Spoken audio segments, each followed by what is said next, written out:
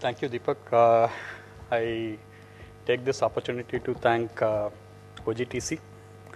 Ladies and gentlemen, I would like to travel slightly a different path. Maybe it might not be a right beginning for a conference, but because the industry is evolving. So the collaborative term is like today it's a given. You have to collaborate, you have to survive together, you have to take your partners together to win the race. So that is given today. Without your collaborative approach, you will never be in a position to succeed in the market. So I would like to touch upon on the supply chain side. It may be specific to domestic, but it also applicable in the international scenario.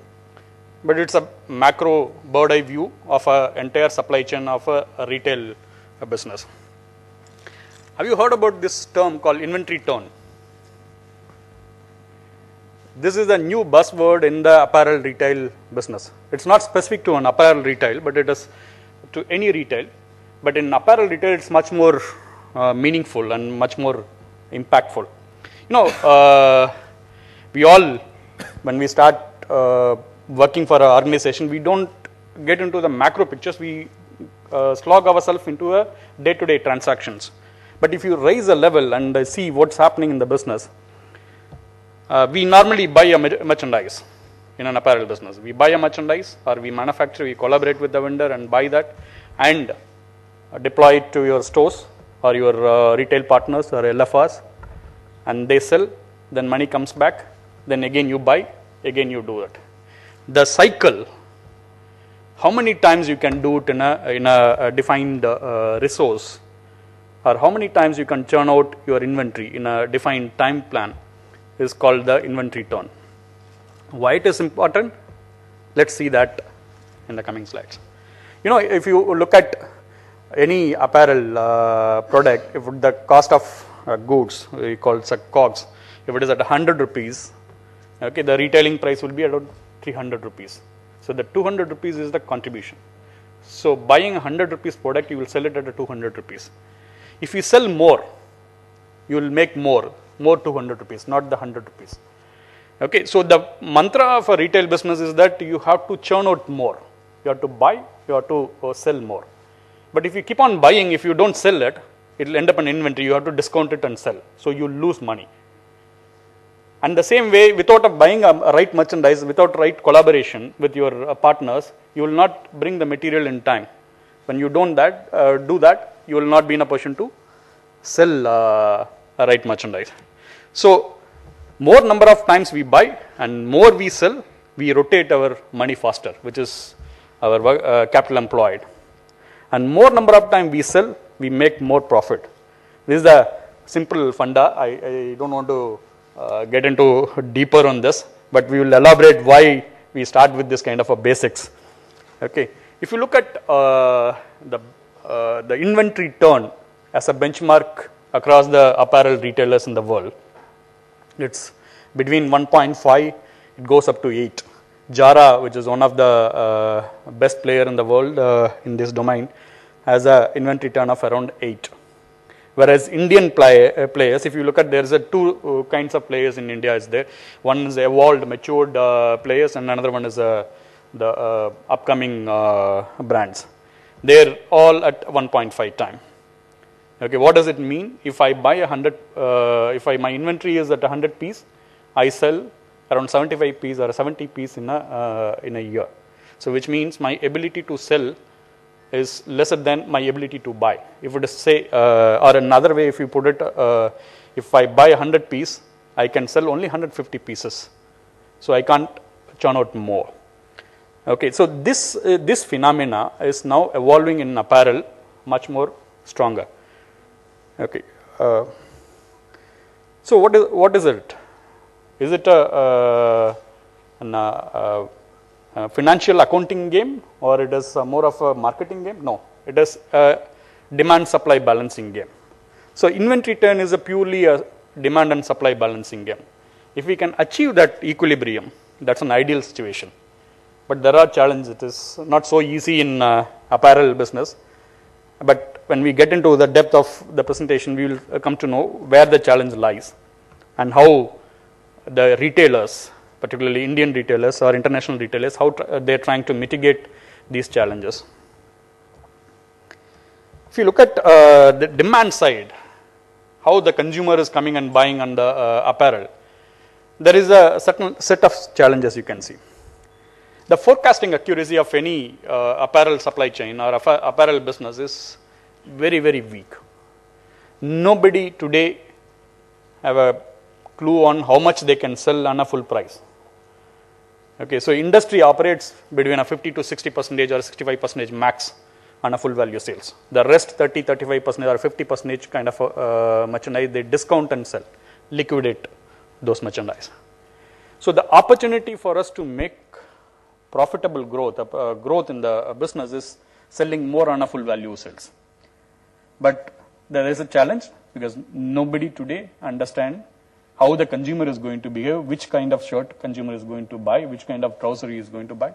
That is still a big myth, and big BI analyticals are now working on this. Still, there's a lot of way we have to, a lot of journey we have to do on this. If you take the kind of mitigating strategies which the retailers adopt, is that instead of giving a one option, say white shirt, if you give only white shirt, some consumers may buy, but many consumers may not buy. So to mitigate that, the consumers, the retailers are offering a wide variety of products. It is little different from any other business where if it's an FMCG business, you take one product, you sell up to 500, 600 crores in one product. You take one shampoo, one soap, or one food product, you reach up to 500, 600, even 1,000 crores kind of business with one product, one SKU. But when it comes to apparel, one SKU max you will sell in Indian context today, you will sell maybe a couple of crores. So in terms of depth, if you see, roughly the industry works in a season around 2,000 to 2,500 pieces per season.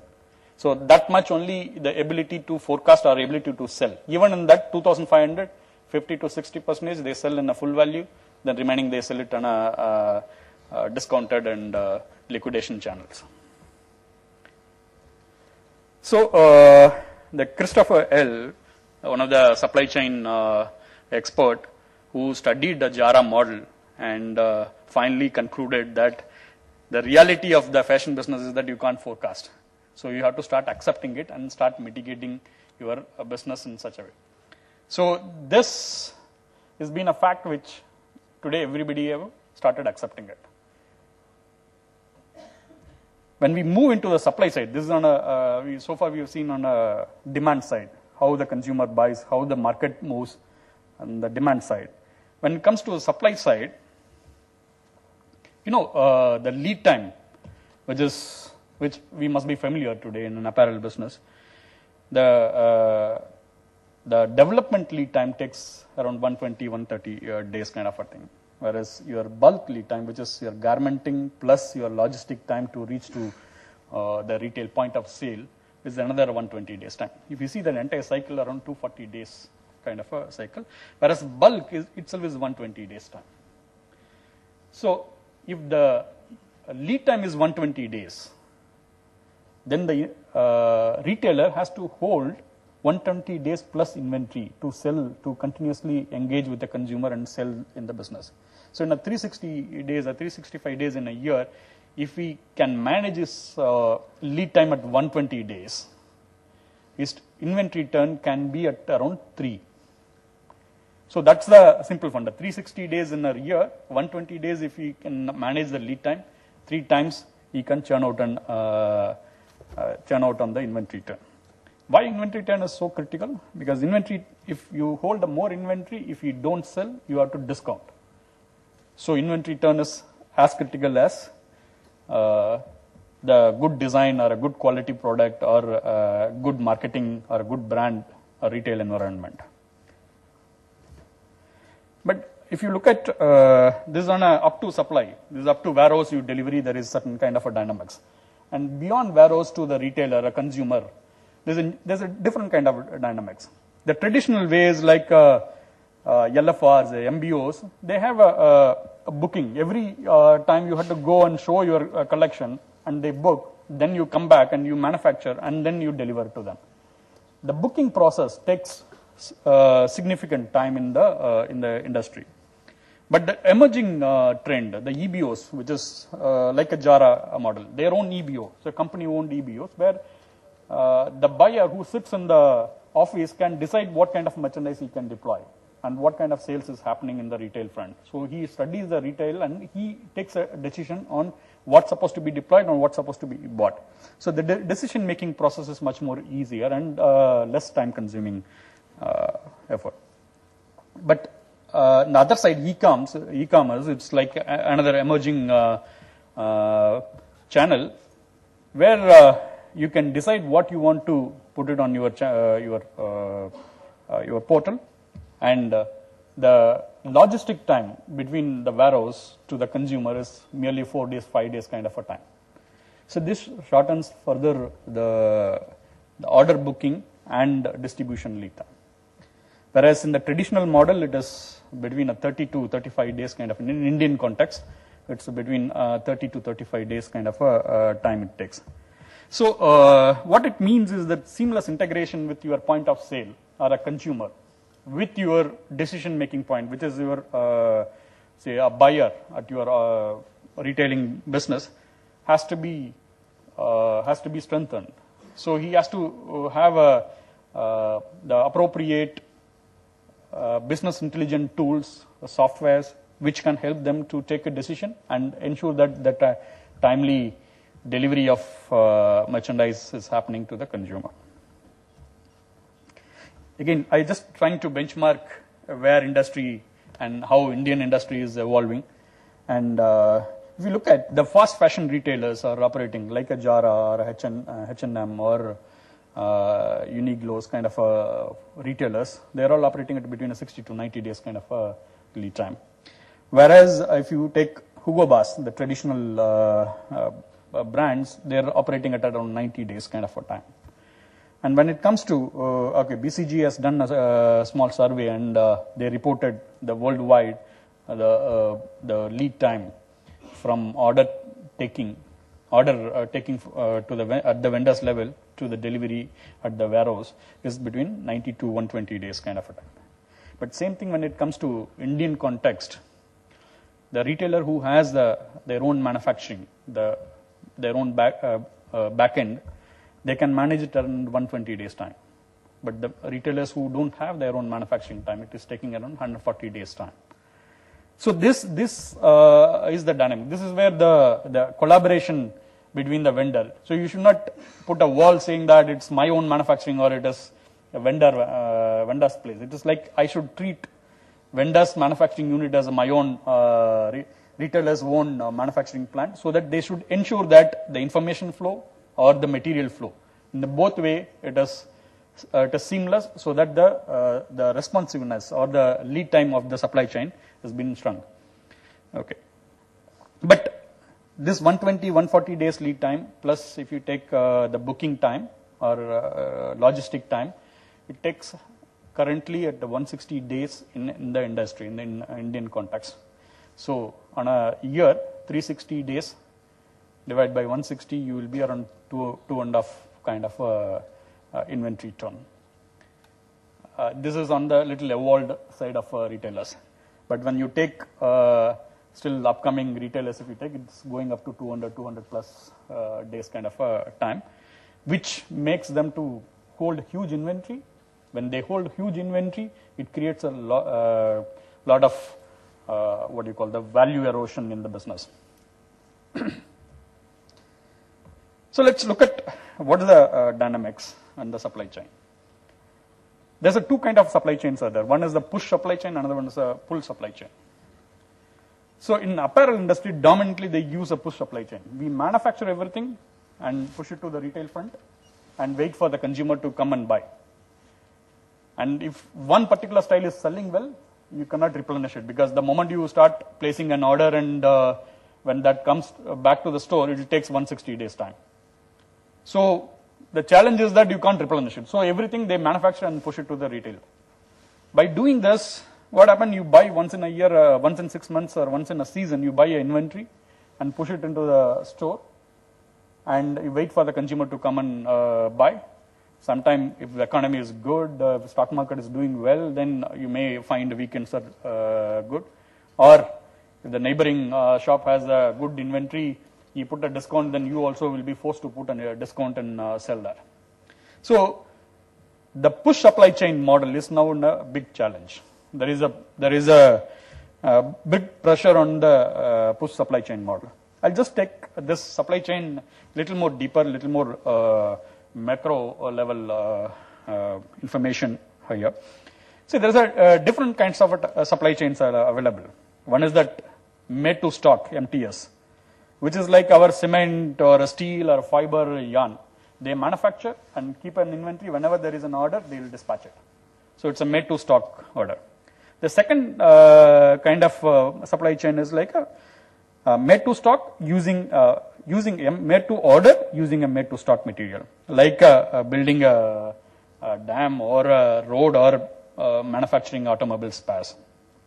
So there is a raw material which is like a cements or fiber or any other steel.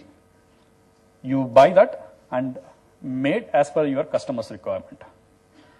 But the third dimension is that made to order raw material and made to assembly supply chain, which is like your automobile industry or your apparel supply chain, where you make your own fabric, your own design, and then you assemble into a garment on your own style and your own pattern. So this takes the longer lead time, much longer lead time when compared to even automobile sector. So if you look at automobile and apparel, the funda is similar, but one difference comes in there in apparel. Automobile follows a pull supply chain because they make a new model, deploy it in the store in their showroom. If it sells, then subsequently they make it and deploy.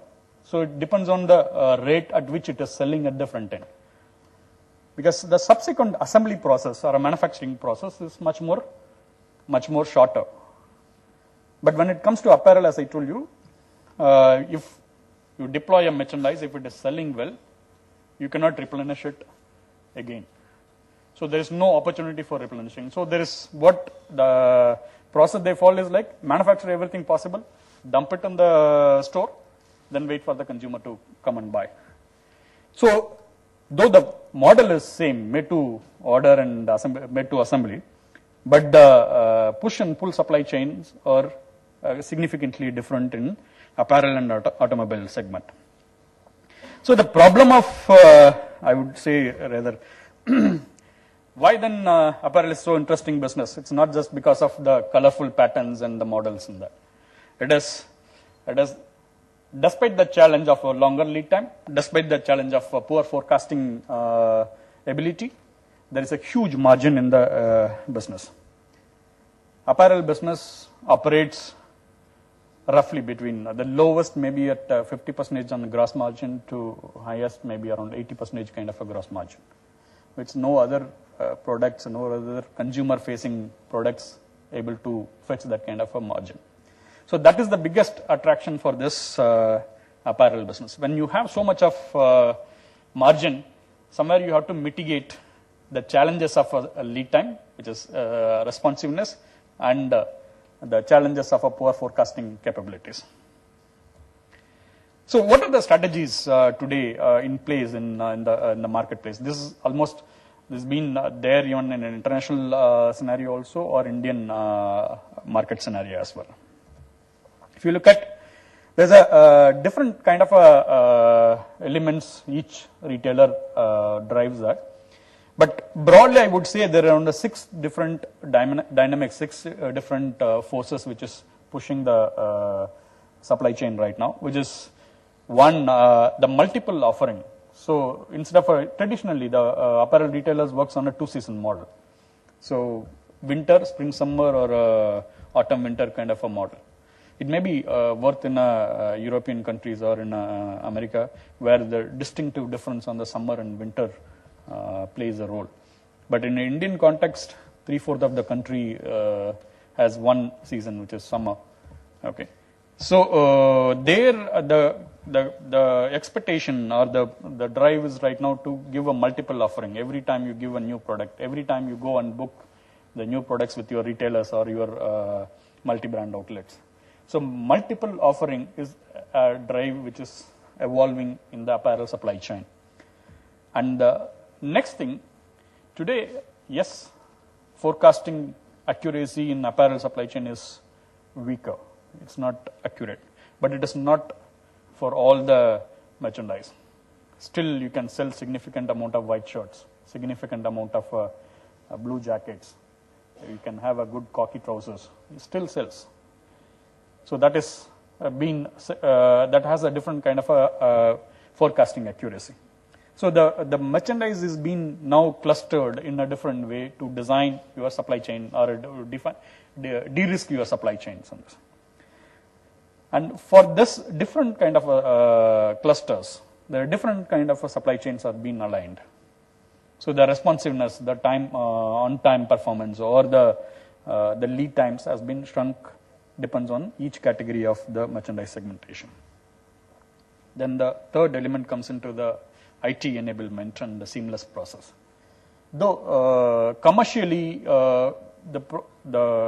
your supply chain partners, whether it's the vendors or your logistic companies, may be different entities. But today, the seamless information flow is one of the major backbone for any retail operation.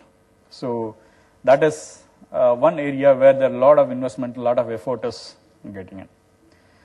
And another area where traditionally, wherever few rupees cheaper, a retailer would like to go and buy from another vendor. So there is less of a loyalty between a vendor and the retailers. But that's all the history today. If you don't have a loyal vendor base, if you don't have a long-term plan with your vendor, you will not be in a position to achieve your long-term goals in the business. So that makes today the retailers to consolidate their vendor base. Rather working with too many vendors, it's better to work with a limited vendor where you can focus, you can value add, you can collaborate, and you can take this forward. And beyond that, beyond the partnership today, brands are started working on a dedicated capacity. I'll engage the complete capacity of your factory, please dedicate to me. So I will treat your manufacturing line as my line. If there is a less efficiency in the manufacturing line, I have to address that, because that invariably, that cost is going to hit me. So that's the kind of collaborative approach is now evolving. Okay, this all are driving towards two elements. One is the reliability. Whatever we say, whether it happens or not, because supply chain always have, apparel supply chain particularly always have a high degree of surprises awaiting at the last moment. So here, all the effort is to reinforce the reliability part of the supply chain, and the second part is towards the responsiveness. So if we are more responsive to the market demand, if we can shrink our lead time, the retail business can add much more value in terms of financial performance or in terms of consumer excitement. So let's we will get into. I will not get into all 6 of this. I may not have much of time, but I'll take 3 major areas where there is a significant shift is happening right now. So the one is the multiple offering. Okay. If you look at the traditional supply chain, traditional apparel business, the development to the delivery takes 1 year, and the selling will take another 6 months time. So it is an 18-month cycle. So like PV, Premier Vision in Europe and Paris happens in February. From there, our designers starts picking up the train and then started developing the collection, then develop the samples, then get into a booking, the trade show. So post trade show, you collect the order, you consolidate, and then you start manufacturing it. So manufacturing takes another 160 days kind of a time, and then you are selling. Selling also today, 4.5 months is the full value sales period, and then 1.5 months is on the end of season sale period. So that another 6 months time.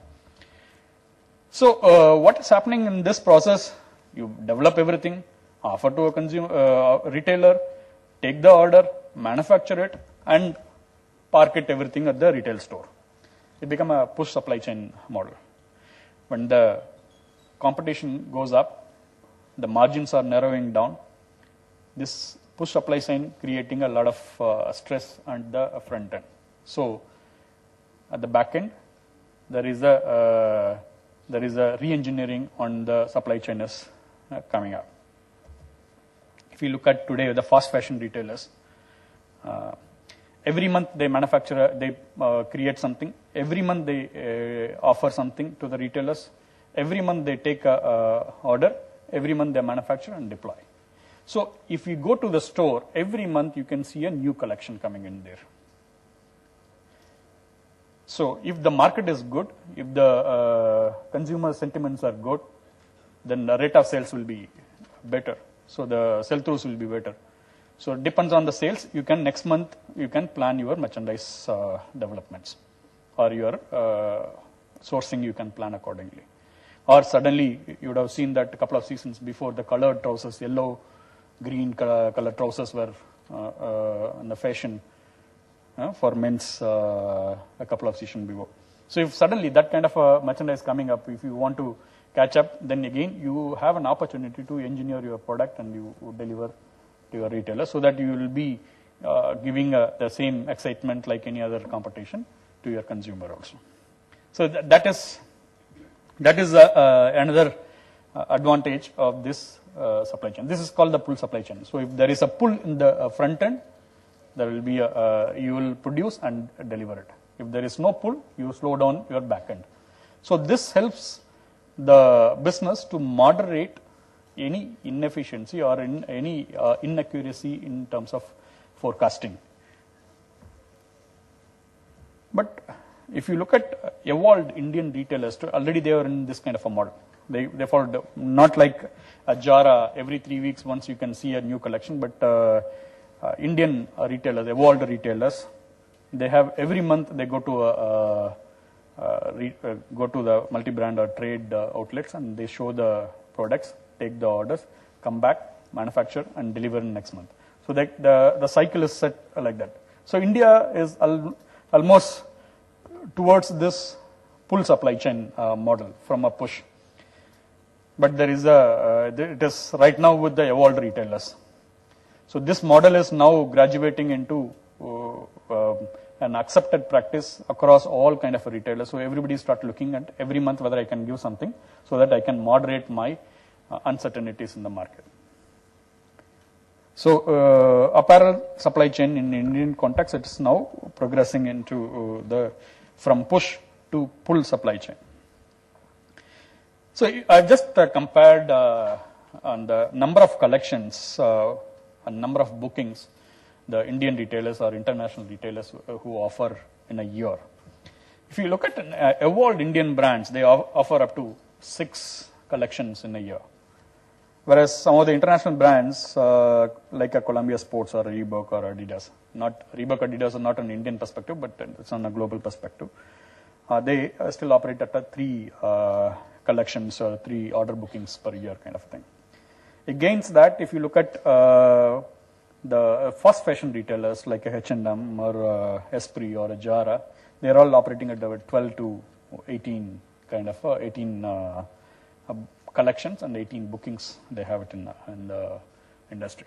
So the major chunk of the Indian brands still operating at 2 collections per year, which is now there is a pressure on the margin. So every retailer, every brand today is looking at an opportunity to make a monthly or an opportunity to make 2-3 collections in a season and deliver month after month. So that is that gives an opportunity to correct the uncertainty in the demand and supply. So we'll move to the next part, which is on the merchandise segmentation. See, today the apparel merchandise has been segmented in a three different way. One is the core, the second one is the contemporary, and third one is the fashion. Fashion is like always a innovative, maybe a style, a fabric, a color, a pattern, everything may be innovative. But when it comes to core, it is like a basic white shirts or filafil shirts, blue filafil shirts, blue chambray shirts, or a khaki trousers, or a polywool khaki or a navy or black trousers. So those kind of products which sells throughout the year, so that's so it's been treated as a core. And contemporary is the in-between category where like a standard shirt, but every month they give a different pattern. Shirt style will be same, but the color and pattern and the fabric maybe keep changing. So that is becoming a major chunk of the retailers' business today. So each of these segment today follows a different kind of a supply chain. Say for example, the fashion element follows a push supply chain, and the contemporary merchandise follows a pull supply chain, and core follows a pull supply chain. Core in the sense like it's a replenishment model. I'll just get into a little more detail of this. So in the demand side, if you look at on the fashion, contemporary, and core, there's a purpose for a customer. To this merchandise, the fashion merchandise can excite and acquire a new customer. So that the purpose of the merchandise is that. And at the same time, if you look at fashion merchandise, it has a risky forecasting sales potential. So there is an uncertainty will be there. So you have to provide a longer sales window. So you may have to give a 6 month sales window for a particular kind of a merchandise. I'm sorry to interrupt. Yeah. But you will have to a little bit faster. Okay, I have to catch up. So on time is again not only in apparel, I think, and the presentation as well. So I'll catch up faster. So each merchandise has their own demand dynamics and supply dynamics. This mitigates on the supply lead time. So 120 days for a fashion, and contemporary side on 90 days, and the core side on 30 days kind of lead time. So this helps in reducing your overall merchandise lead time, and invariably it reduces your inventory holding and increases your inventory turn. So third element is that building a supply chain for each of this segment. If we look at the fashion merchandise, you have to have a high degree of creative skills. So your supply chain partners should have that kind of capabilities for a fashion merchandise. When it comes to contemporary merchandise, you should have a partner who has a responsiveness as a strength. And when it comes to core, it is more on a finished goods inventory holding capability. So if the vendor has enough working capital and if he can hold inventory, that will help you to turn around in 30 days time. So each supply chain has a different kind of capabilities and requirements. So based on that, in fact, as an organization, what retailers they do, they cluster the contemporary merchandise and core merchandise from a dedicated vendor with whom they engage 12 months in a year.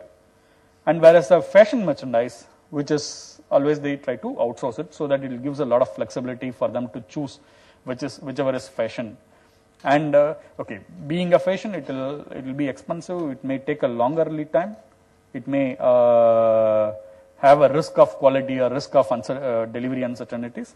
But the mix of both dedicated vendors and outsourced vendors help us in rationalizing the inventory holding, and whereas your inventory turns will go up if we can rationalize the inventory holding pattern. So with that, I would like to, I think I'm going to be on time now. So in apparel industry, OTF is one of important factor. I hope you, that factor drives everyday life and everyday opportunity in the business. So thank you once again for giving this opportunity, and